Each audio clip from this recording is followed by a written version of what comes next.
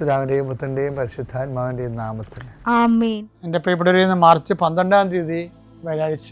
അമ്മേ പരിശുദ്ധ അമ്മേ, അമ്മേ പരിശുദ്ധമേ, ദൈവമാതാവേ, കൃപാസനത്തിലൂടെ ഞങ്ങളുടെ ദേശത്തിനും അമ്മ മധ്യസ്ഥം തേടി തന്ന എല്ലാ അനുഗ്രഹങ്ങൾക്കും കൃപകൾക്കും ഞങ്ങളിപ്പോൾ ഹൃദയം നിറഞ്ഞ നന്ദി പറയുന്നു. അമ്മേ പരിശുദ്ധമേ, ദൈവമാതാവേ, 2004 ഡിസംബർ 7 ഉച്ചകഴിഞ്ഞ് 2:30 കൃപാസനത്തിൽ സംഭവിച്ച അമ്മയുടെ പ്രത്യക്ഷപ്പെടലിനെ കുറിച്ച് തിരുസഭയ്ക്ക് സമർപ്പിച്ചിരിക്കുന്ന പഠനരേഖകളുടെ സഭാത്മകമായ പഠനം ആരംഭിക്കുവാൻ ഞങ്ങൾ പ്രാർത്ഥിക്കുന്നു. അമ്മേ പരിശുദ്ധമേ, ഭൂസ്വർലോകങ്ങളുടെ രാജ്ഞിയായ അങ്ങേയ്ക്ക് ഭൗമസംരക്ഷണത്തിനായി പ്രപഞ്ചപ്രകൃതിയെ തന്നെ തിരുസഭ പ്രതിഷ്ഠിക്കുവാൻ ഈ പ്രത്യക്ഷീകരണം വഴി ഇടയാക്കണമേ. പരിശുദ്ധമേ, ജപമാല മാതാവേ, സകല കൃപാസനം പ്രാർത്ഥനയോടും ചേർത്ത് ഞങ്ങളിപ്പോൾ പ്രാർത്ഥിക്കുന്ന ഈ കുടുംബത്തിന്റെ പ്രത്യേക നിയോഗം പറ മക്കളെ.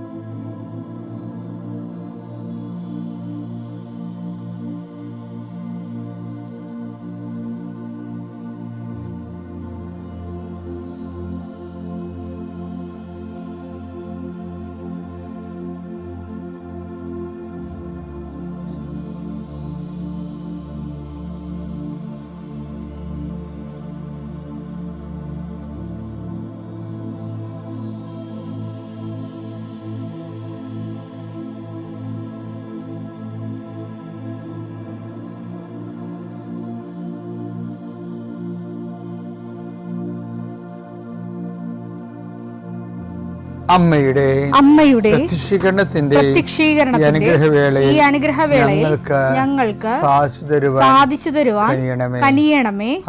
ആമേൻ. വിശ്വാസ പ്രമാണം. സർവശക്തനായ പിതാവും ആകാശത്തിന്റെയും ഭൂമിയുടെയും സൃഷ്ടാവുമായ ദൈവത്തിൽ ഞാൻ വിശ്വസിക്കുന്നു. അവിടുത്തെ ഏകപുത്രനും ഞങ്ങളുടെ കർത്താവുമായ ഈശോമിശിഹായിലും ഞാൻ വിശ്വസിക്കുന്നു. ഈ പുത്രൻ പരിശുദ്ധാത്മാവിനാൽ ഗർഭസ്ഥനായി കന്യകാമറിയത്തിൽ നിന്ന് പിറന്ന് പൊന്തിയോസ് പീലാത്തോസിന്റെ കാലത്ത് പീഡകൾ സഹിച്ച് കുരിശിൽ തറയ്ക്കപ്പെട്ട് മരിച്ച് അടക്കപ്പെട്ട് പാതാളങ്ങളിൽ ഇറങ്ങി മരിച്ചവരുടെ ഇടയിൽ നിന്ന് 3-ാം നാൾ ഉയർത്ത് സ്വർഗത്തിലേക്ക് എഴുന്നള്ളി സർവശക്തിയുള്ള പിതാവായ ദൈവത്തിന്റെ വലതുഭാഗത്തിരിക്കുന്നു. അവിടെ നിന്ന് ജീവിക്കുന്നവരെയും മരിച്ചവരെയും വിധിക്കുവാൻ വരുമെന്നും ഞാൻ വിശ്വസിക്കുന്നു. പരിശുദ്ധാത്മാവിലും ഞാൻ വിശ്വസിക്കുന്നു. വിശുദ്ധ കത്തോലിക്കാ സഭയിലും പുണ്യവാന്മാരുടെ ഐക്യത്തിലും പാപങ്ങളുടെ മോചനത്തിലും ശരീരത്തിന്റെ ഉയർപ്പിലും നിത്യമായ ജീവിതത്തിലും ഞാൻ വിശ്വസിക്കുന്നു. ആമേൻ. സുഖസ്ഥനായ ഞങ്ങളുടെ പിതാവേ, അങ്ങയുടെ നാമം പൂജിതമാകണമേ. അങ്ങയുടെ രാജ്യം വരണമേ. അങ്ങയുടെ തിരുമനസ് സ്വർഗത്തിലെ പോലെ ഭൂമിയിലും ആകണമേ. അന്നു വേണ്ടുന്ന ആഹാരം ഇന്ന് ഞങ്ങൾക്ക് തരണമേ. ഞങ്ങളോട് തെറ്റ് ചെയ്യുന്നവരോട് ഞങ്ങൾ ക്ഷമിക്കുന്നത് പോലെ ഞങ്ങളുടെ തെറ്റുകൾ ഞങ്ങളോടും ക്ഷമിക്കണമേ. ഞങ്ങളെ പ്രലോഭനത്തിൽ ഉൾപ്പെടുത്തരുതേ, തിന്മയിൽ ഞങ്ങൾ രക്ഷിക്കണമേ. ആമേൻ. നന്മ നിറഞ്ഞ മറിയമേ, സ്വസ്തി. കർത്താവ് അങ്ങയുടെ കൂടെ സ്ത്രീകളിൽ അങ്ങ് അനുഗ്രഹിക്കപ്പെട്ടവളാകുന്നു. അങ്ങയുടെ ഉദരത്തിൻ ഫലമായി ഈശോ അനുഗ്രഹിക്കപ്പെട്ടവനാകുന്നു.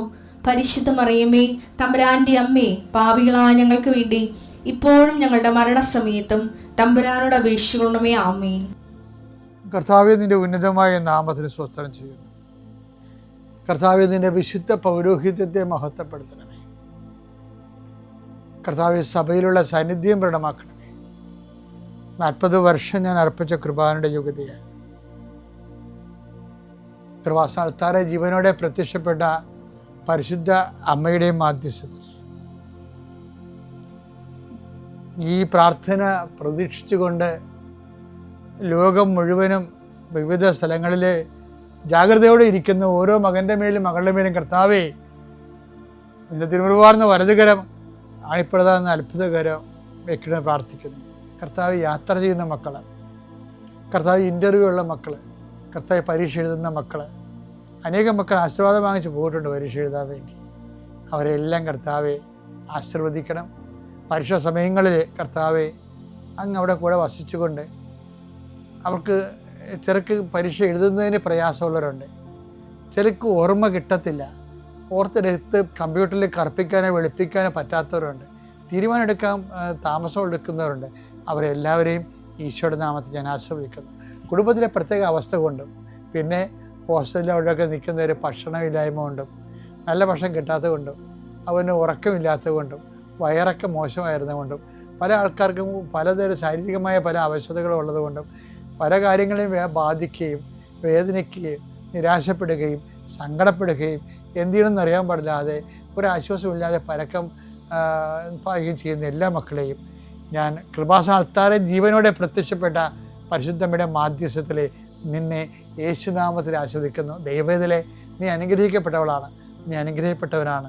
നിൻ്റെ വഴികളിൽ നീ ഇന്ന് പോകുന്നിടത്തെല്ലാം കർത്താവ് നിന്നെ അനുഗ്രഹിക്കും. നിൻ്റെ വഴികളിൽ നീ ഇന്ന് സംസാരിക്കുന്നിടത്തെല്ലാം കർത്താവ് നിന്നെ അനുഗ്രഹിക്കും.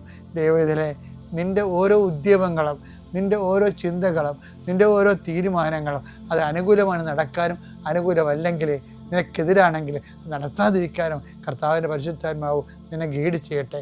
എൻ്റെ കർത്താവിൻ്റെ ഉന്നതമായ നാമത്തിൽ സഭയുടെ അധികാരത്തിൽ കുരിശിൻ്റെ അടയാളത്തിൽ ദൈവത്തിൻ്റെ ശക്തിയാൽ ഇന്ന് നീ ചെയ്യുന്ന മുഴുവൻ കാര്യങ്ങളുടെ മേൽ ദൈവത്തിൻ്റെ കൃപ ചൊരിയട്ടെ. പരിശുദ്ധമ്മ ദേവമാതാവ് നിനക്ക് വേണ്ടി മധ്യസ്ഥം വഹിക്കട്ടെ.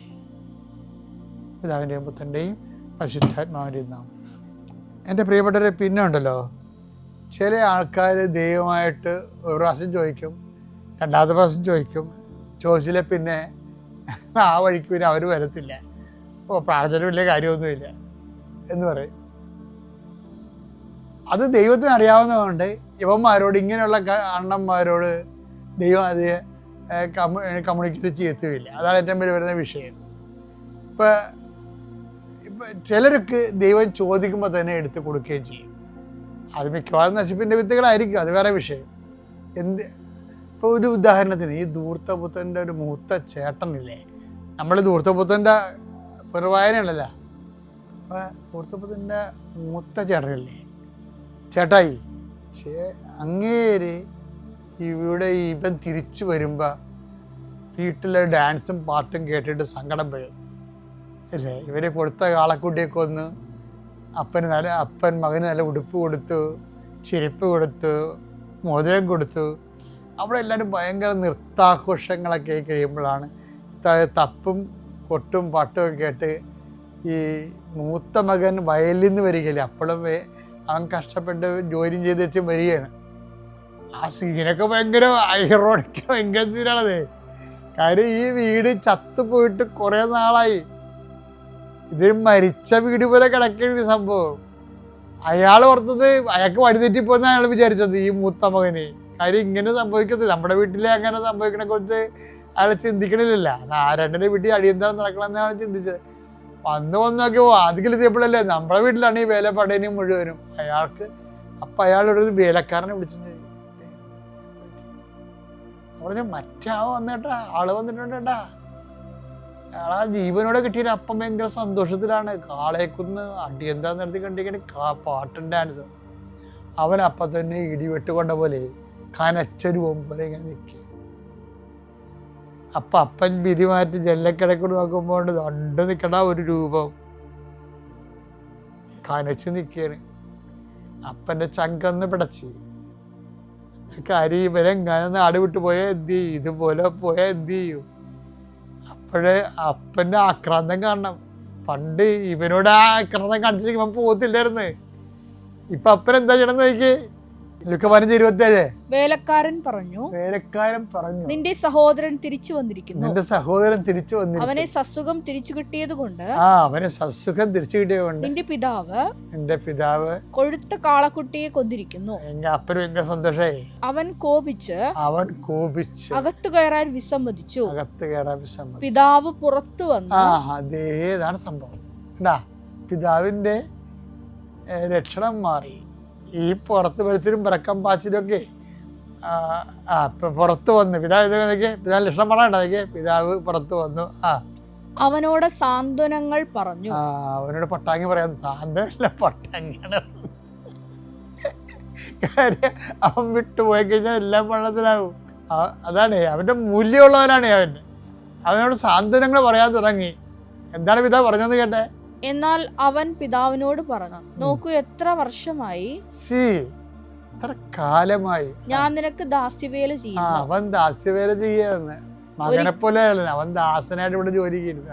ഒരിക്കലും നിന്റെ കൽപ്പന ഞാൻ ലംഘിച്ചിട്ടില്ല. വചനം അവനെ ജോലി ചെയ്യുകയും ചെയ്യും, വചനം കേൾക്കുകയും ചെയ്യും. അതാണ് ഭയങ്കര ഒരു ഉടമ്പടി ജീവിതമാണ് അവൻ്റെ. ആ മൂത്ത മകൻ്റെ ജീവിതം ഉണ്ടല്ല, കറക്റ്റ് ഉടമ്പടി ജീവിതമാണ്. അവൻ വചനം കേൾക്കുകയും ചെയ്യും, ആ വചനം അനുസരിച്ച് വീട്ടിൽ ജീവിക്കുകയും ചെയ്യും. എങ്കിലും എന്റെ കൂട്ടുകാരോടൊത്ത് ആഹ്ലാദിക്കാൻ എന്റെ കൂട്ടുകാരുടെ ആഹ്ലാദിക്കാൻ ഒരു ആട്ടിൻകുട്ടിയെ പോലും നീ എനിക്ക് തന്നില്ല. ഇതേണ്ട സന്ധ്യക്ക് ഈ അപ്പൻ ഒരു മക്കളോട് രണ്ട് തരത്തിലാണ് പെരുമാറൊക്കെ തോന്നിപ്പോകും. കാര്യം ഇത് ആട്ടിൻകുട്ടിയെപ്പോലെ ഇവിടെ കൊടുത്തില്ലല്ല. കാര്യം ആട്ടിൻകുട്ടിയുടെ കാര്യം പറയാതിരിക്കണം നല്ലത്. കാര്യം ഈ അപ്പൻ ആലിൽ പോണത് അത് ആടത്തിറ്റാൻ പോണ പരിപാടിയൊന്നും ഇല്ല. വയസ്സാക്കായിട്ട് വീട്ടിലിരിക്കണേ. അവനാണ് ഈ 100 ആടിനെയും കൊണ്ട് പോണത്. അതിൽ 10-15 ഓരോ ദിവസം പ്രസവിക്കും.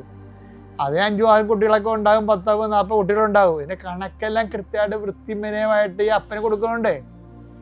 ഈ അപ്പൻ്റെ ഇടയ്ക്ക് 10 ആടിൻ്റെ കണക്ക് കുറച്ച് കൊടുത്താലും അപ്പന് ഇവനെ വിശ്വസിക്കും. പക്ഷെ അവൻ ഈ മുത്തവൻ സത്യസന്ധനാ, വചനത്തിലും ജീവിതത്തിലും എല്ലാം സത്യസന്ധനാ. എന്നിട്ട് ഈ സത്യസന്ധനായിട്ടുള്ള സംഭവം എന്താണ് അത് പറയല്ലേ? സത്യസന്ധനായിട്ട് ഇരുന്നിട്ട് കർത്താവിൻ്റെ കയ്യിൽ നിന്ന് ഒരു കൂട്ടുകാരുടെ കൂടെ ഉല്ലസിക്കാൻ വേണ്ടി ഇവൻ അതിൻ്റെ അകത്തുനിന്ന് ഒരു ആട്ടിൻകുട്ടിയെ ചോദിച്ചിട്ട് ഞാൻ ആട്ട് ഓടിച്ചു കളഞ്ഞവരെ അവൻ. പക്ഷേ എന്നിട്ടും അവൻ കയർത്തില്ല. അതാണ് മൂത്ത മകൻ എന്ന് പറയുന്നത്. മൂത്ത മകൻ ഒരു സംഭവമാണ് ശരിക്കും. ബൈബിളിൽ ഏറ്റവും ടോപ്പ് ആ മൂത്ത മകനാണ് ശരിക്കും. അവനെ കണ്ടില്ല, നീ നോക്കിയാൽ ഇത്രയും പ്രസംഗം ഉണ്ടായിരുന്നു. ദൈവത്തിന് മുമ്പ് നിൽക്കണം എങ്ങനെയാണെന്ന് നമുക്ക് പഠിപ്പിക്കണത് ഈ മൂത്ത മകനും. പിന്നെ ലൂക്കായിന് 2 അധ്യായം കഴിയുമ്പോൾ 12-17-10 പറയുന്നൊരു ദാസനുമുണ്ട്. ഉഴാനും ആട് മേയ്ക്കാനും പോയിട്ട് തിരിച്ച് ഇതുപോലെ വയലിൽ നിന്ന് വന്നവനാണ്. ഈ വയലിൽ നിന്ന് വന്നവന്മാരൊക്കെ വില്ലന്മാരായിരിക്കും. ഈ മൂത്ത മകനും വയലിൽ നിന്ന് വരികയാണ്. ഇനി ലൂക്ക 17-10 ഒരാൾ വയലിൽ നിന്ന് വരും, ഉഴാനും ആട് മേയ്ക്കാനും പോയിട്ട് അവനും വരും. അപ്പോൾ അവൻ വയലിൽ നിന്ന് വരുമ്പോൾ എന്താ പറയണത്? നീ പോയി കുളിക്കുക, എനിക്ക് ഭക്ഷണം ഉണ്ടാക്കുക, വിളമ്പിത്തരിക, പിന്നെ നിനക്ക് കഴിക്കുക എന്നല്ല പറയുക. അത് എന്നിട്ട് അതെല്ലാം കൽപ്പിക്കപ്പെട്ടെല്ലാം ചെയ്തതിന് ശേഷം പ്രയോജനരഹിത ദാസൻ, ശരിക്കും പ്രയോജനരഹിത ദാസൻ ആരാണ്? ഈ മൂത്ത മകനാ. അവനൊരു പ്രയോജനമില്ലാത്തവൻ. അവൻ പ്രയോജനമില്ല, അപ്പനെ കൊണ്ട് ഒരു പ്രയോജനമില്ലാത്തൊരു മനുഷ്യനായിട്ട് അവൻ ജീവിക്കുകയാണ്. എൻ്റെ ദൈവത്തിലെ യഥാർത്ഥ ആധ്യാത്മിക ജീവിതത്തിൽ ദൈവത്തെ കൊണ്ട് ഒരു പ്രയോജനമില്ലാത്തവനായിട്ട് നമുക്ക് തോന്നും. ദൈവത്തെ കൊണ്ട് ഒരു പ്രയോജനമില്ലെന്ന് നമുക്ക് തോന്നാം.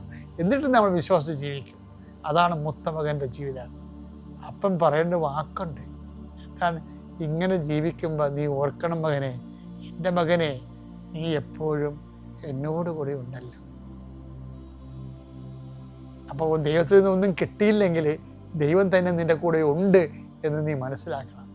പിതാവിൻ്റെയും പുത്രൻ്റെയും പരിശുദ്ധാത്മാവിൻ്റെ നാമത്തിൽ.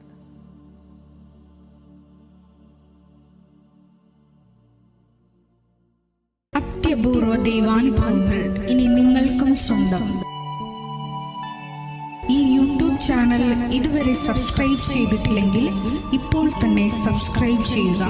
ഈ വീഡിയോ ഇപ്പോൾ തന്നെ നിങ്ങളുടെ സുഹൃത്തുക്കൾക്ക് ഷെയർ ചെയ്തുകൊണ്ട് കർത്താവിൻ്റെ പ്രേക്ഷിതരാകുക.